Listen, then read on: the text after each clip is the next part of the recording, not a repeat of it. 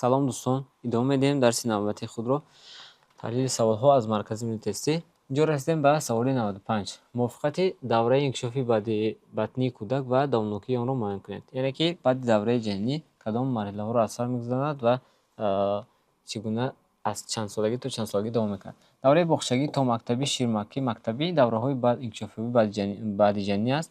Якум ҷо сар мекунем аз давраи ширмакӣ. Давраи ширмакӣ аз 4 ҳафтаи аввали таваллуд то анҷоми яксолагӣ давом мекунад, яъне ки 5 мешавад. Хоб баъди вай давраи бигем боғчагӣ. Давраи боғчагӣ ин дар бар мегирад аз 3 то 6 солагӣ. Ин давраи чи? Давраи боғчагӣ. Хоб 4 ва давраи то мактабӣ бошад аз 1 то 3 солагӣ. Давраи мактабӣ бошад аз 6 то 17-18 солагиро давом мекунад. Хоб мувофиқатро муайян кунед. Қисмҳои системаи асаб ва вазифаи онҳо. Қисми системаи асаб ки фаъолияти узвҳои дохилиро танзим мекунад. Қисми системаи асаб ки фаъолияти узвҳои дохилиро танзим мекунад, асаби вегетативӣ аст. Хоб асабҳое ки фаъолияти кори дилро метезонанд, асабҳои чанд? Асабҳои симпатикиянд, яъне ки С. Хоб қисми системаи асаб ки кори мушаккои скелетиро танзим мекунад, асабҳои соматикӣ мешавад 1 ва асабҳое ки фаъолияти кори дилро суст мекунад, асабҳои чи аст? Парасимпатикӣ аст 5. Хоб саволи навбатӣ, мувофиқати витамин ва беморие ки сабабгори норасоии ин витамин мегардад муайян кунед. Яъне аз сабаби норасоии ин витаминҳо чунин бемориҳо сар мезанад. Витамини Д, якум витамини Д. Аз ҳисоби норасоии витамин Д мешавад бемории чилаашур, яъне ки рахит 4. Ҳангоми кӯдакӣ норасоии витамин Д бемории чилаашур ё ки рахит оварда мерасонад. Витамини Б1 мешавад бемории бери-бери. Яъне витамини Б1, норасоии витамини Б1 бемории бери-бери мешавад. Витамини А, ҳангоми норасоии витамини А мешавад бемории шакурӣ. Хоб витамини С бошад бемории чи? Синга. Хоб 45 23 мешавад кодаш. Мувофиқати гормон ва беморие ки дар натиҷаи норасоии он ба вуҷуд, яъне норасоии витамин ва норасоии гормонҳо дар организми инсон бемориҳоро ба вуҷуд меорад. Инҷо мувофиқа аз ҳисоби норасоии витаминҳо, инҷо бошад мувофиқа аз ҳисоби норасоии гормонҳо. Соматотропин. Вақте ки норасоии гормони соматотропин ба вуҷуд меояд, дар инсон бемории паканагӣ ё ин ки қадпастӣ ё калликӣ дида мешавад. Инсулин инсулин ба диабети қанд оварда мерасонад. Эстроген ғадуди ҷинсӣ дар ғадуди ҷинсӣ ҳисоб мешавад, гормони ҷинсӣ ҳисоб мешавад. Норасоиш ба безурӯятӣ оварда мерасонад ва тироксин бошад ба миксидема оварда мерасонад.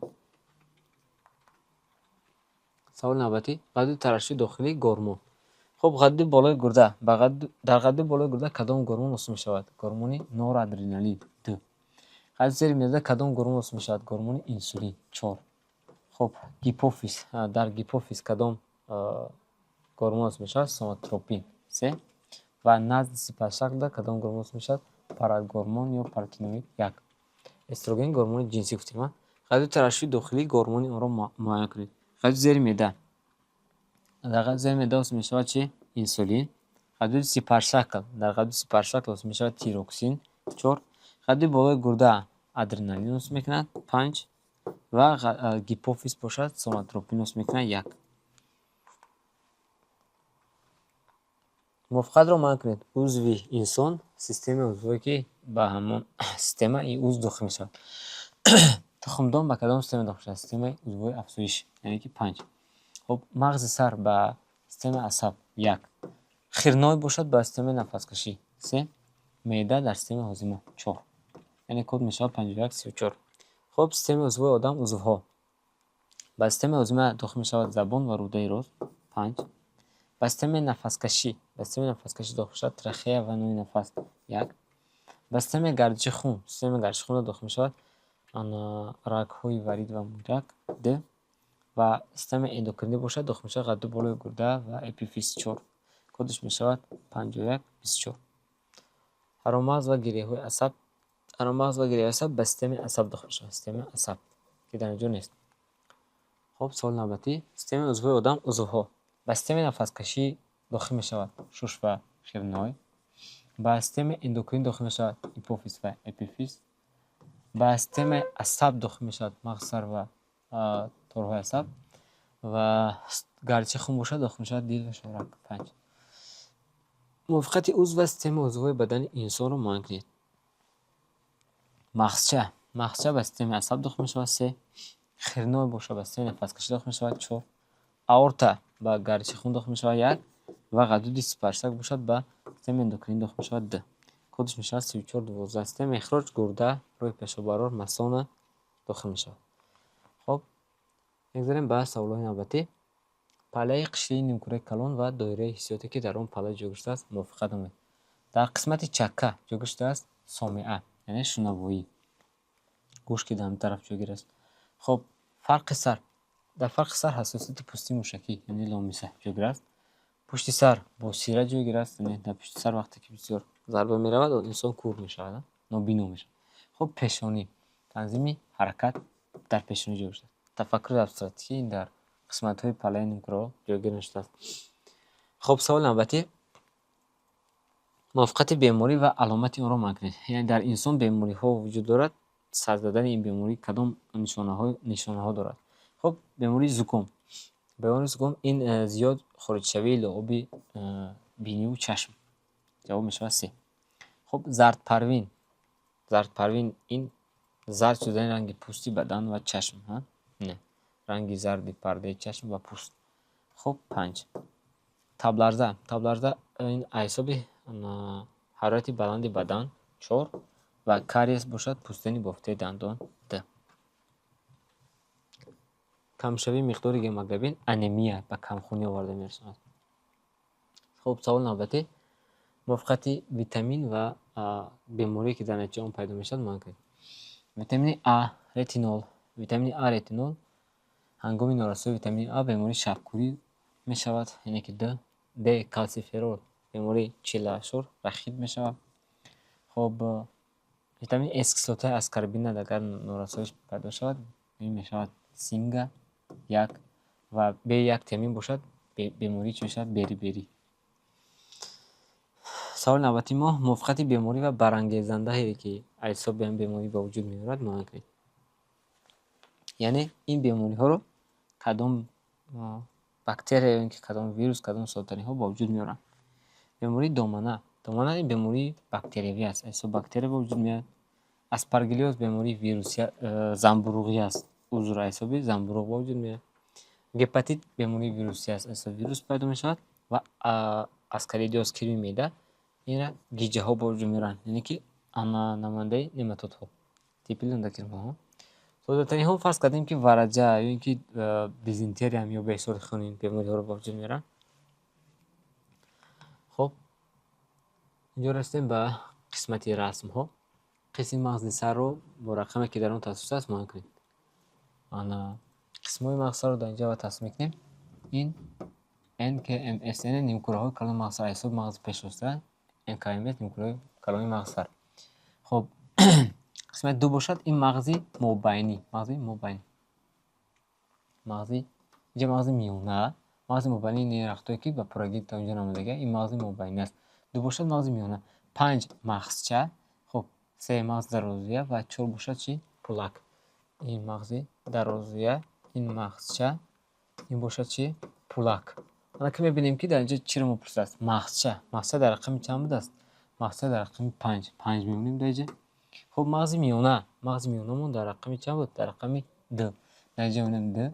мағзи дарозиямон дар рақами 3. дар инҷа мемонем 3 ва мағзи пулакмон дар рақами чанд? 4. дар инҷа мемонем 4. 52 34 аз рӯи расм гузоштем, мувофиқа кардем.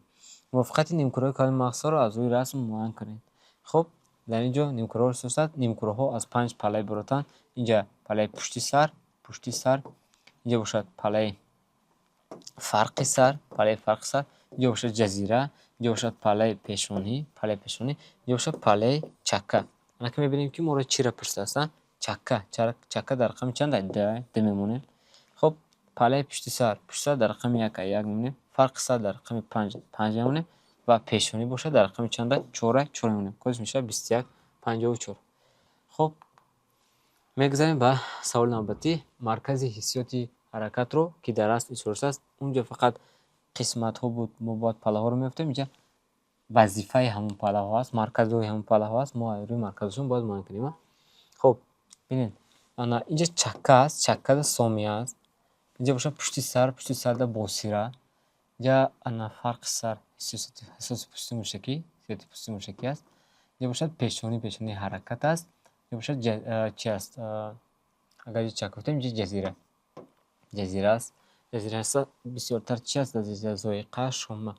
انا که ببین پرده موشک زنچی در فرق سر دو، شنوایی پشت سر سه، خب حرکت پیشانی 5، بینایی باشد بینایی 3 هست. بینایی شنوایی پشت سر شنوایی می شود 4 یعنی که شنوایی سومی است که سومی چکه 4 می شود. جو کمتر نادرستی بعد درست کردم اینه 24 53. خب سوال نوبتی موافقت ویتامین و نارسایی آن را معاینه کنید. هنگام نارسایی ویتامین آ در کودکان می شود دندانهای کودکان خوب تشکل نیابد. برای تشکل یابی دندانها ویتامین آ نیز لازم است. با خاطر می شود ویتامین آ هنگام نارسایی ویتامین آ دندانهای کودکان خوب تشکل نمی‌یابد. جواب آ می شود. خب دیگرش ویتامین اچ بیوتین. وقتی که ویتامین اچ بیوتین نمیرسد خب گم شدن اشتها خواب‌آلودی، یعنی که انسان خواب‌آلود می شود، اشتهاش گم می شود. خب هنگام نارسایی ویتامین K باشد، ویتامین K خب لخته نشدن خون سست میشه، که برای که ویتامین K در لخته خون اشتراک میکند که لخته نشدن خون میشود. بعد ویتامین S باشد، هنگام نارسایی ویتامین S این میشود چی؟ پرده لعابی دهان زخمدار میشود. 4 کدش میشود 2534. خب سوال نوبتی هم چنین است. ویتامین نارسایی ویتامین E. هنگام نارسایی ویتامین E افزایش نیافتن حجره‌های جنسی مردانه و زنانه، یعنی که به وارده میرسند به بی‌نسلی. ویتامین نارسایی ویتامین E. 3 ویتامین A. هنگام نارسایی ویتامین A سوس انکشاف یافتن موی سر در کودکان، یعنی در موی سر در کودکان خوبشون انکشاف نمی‌یابد، موی سرشون پره نمی‌شود. خب در ویتامین PP باشد بیرون‌شوی جریان اکسید برقرارشوی، چون ویتامین PP اکسید برقرارشوی رو تنظیم میکنه، وقتی که نمیرسه اکسید برقرارشوی نیست میشه.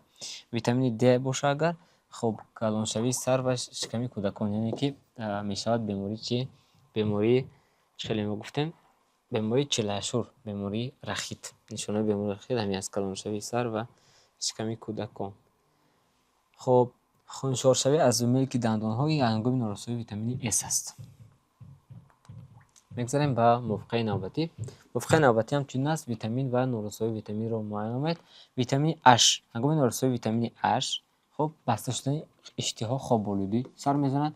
هنگام نارسایی ویتامین S باشد سست شدن مبارزه ارگانیسم با بیماری‌های سیرت کننده، یعنی مطابقت مبارزه ارگانیسم با بیماری‌ها، ایمونیته ارگانیسم چی میشود؟ سست میشود. جواب اینه ویتامین S 5.